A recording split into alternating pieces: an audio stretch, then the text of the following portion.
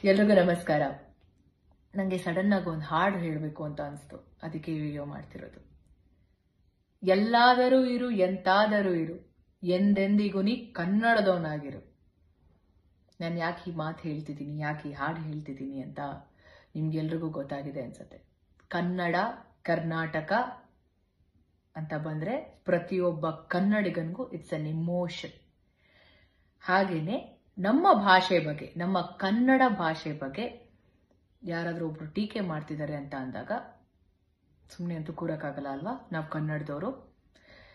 ನಾವು ಕನ್ನಡದವರು ಎಂತ ವಿಶಾಲ ಹೃದಯದವ್ರು ಅಂದ್ರೆ, ಪ್ರತಿ ಭಾಷೆ ಸಿನಿಮಾನ ನೋಡ್ತೀವಿ, ಪ್ರತಿ ಭಾಷೆ ಸಿನಿಮಾ ಹಾಡುಗಳನ್ನ ಕೇಳ್ತೀವಿ, ಆರ್ಟಿಸ್ಟ್ಗಳನ್ನ ಎಂಕರೇಜ್ ಮಾಡಿ ಸಪೋರ್ಟ್ ಮಾಡ್ತೀವಿ, ಟೆಕ್ನಿಷಿಯನ್ಸ್ನ ಸಪೋರ್ಟ್ ಮಾಡ್ತೀವಿ. ಆದ್ರೆ ನಮ್ಮ ಭಾಷೆ ಬಗ್ಗೆ ಯಾರಾದ್ರೂ ಮಾತಾಡ್ತಿದ್ದಾರೆ ಅಂದಾಗ ಅದಕ್ಕೆ ನಾವ್ಯಾಕೆ ವಾಯ್ಸ್ ರೈಸ್ ಮಾಡಬಾರ್ದು? ನಾವಿಲ್ಲಿ ಯಾವ ಭಾಷೆ ಬಗ್ಗೆನೂ ಕೆಟ್ಟದಾಗ ಮಾತಾಡ್ತಿಲ್ಲ. ನಾವೆಲ್ಲಾ ಭಾಷೆನೂ ವಿ ರೆಸ್ಪೆಕ್ಟೆಡ್. ಬಟ್ ನಮ್ಮ ಭಾಷೆ, ನಮ್ಮ ಕನ್ನಡ ಭಾಷೆ ಬಗ್ಗೆ ಯಾರಾದ್ರೂ ಮಾತಾಡ್ತಿದ್ದಾರೆ ಅಂದಾಗ ನಾವು ಕನ್ನಡಿಗರಾಗಿ we have to stand for it. ನಂಗೆ ಇನ್ನೊಂದು ನಮ್ಮ ಭಾಷೆಲೆ ನಮ್ಮ ಕನ್ನಡದ ಹಾಡು ಇನ್ನೊಂದು ಹಾಕೋಕ್ ಬರ್ತಿದೆ. ದೊಡ್ಡವರಲ್ಲ ಜಾಣರಲ್ಲ, ಚಿಕ್ಕವರಲ್ಲ ಕೋಣರಲ್ಲ ಅಂತ.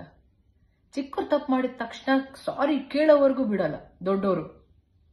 ಆದ್ರೆ ದೊಡ್ಡವ್ರು ತಪ್ಪು ಮಾಡಿದ್ರೆ, ತಪ್ಪು ಮಾಡಾದ್ಮೇಲೆ ಕ್ಷಮೆ ಕೇಳೋದ್ರಲ್ಲಿ ಏನ್ ತಪ್ಪಿದೆ? ಕನ್ನಡನ ಸರಿಯಾಗಿ ಮಾತಾಡದೇ ಇರೋರ್ನ ನಾವು ಹೀಗಲ್ಲ ಹೀಗೆ ಕನ್ನಡ ಮಾತಾಡೋದು ಅಂತ ತಿಳಿಸ್ತೀವಲ್ಲ, ಕಲಿಸ್ತೀವಿ ಆಕ್ಚುಲಿ. ಇನ್ನ ಕನ್ನಡ ಭಾಷೆ ಬಗ್ಗೆ ತಪ್ಪಾಗಿ ಮಾತಾಡೋರ್ನ ಏನಂತ ಹೇಳೋಣ?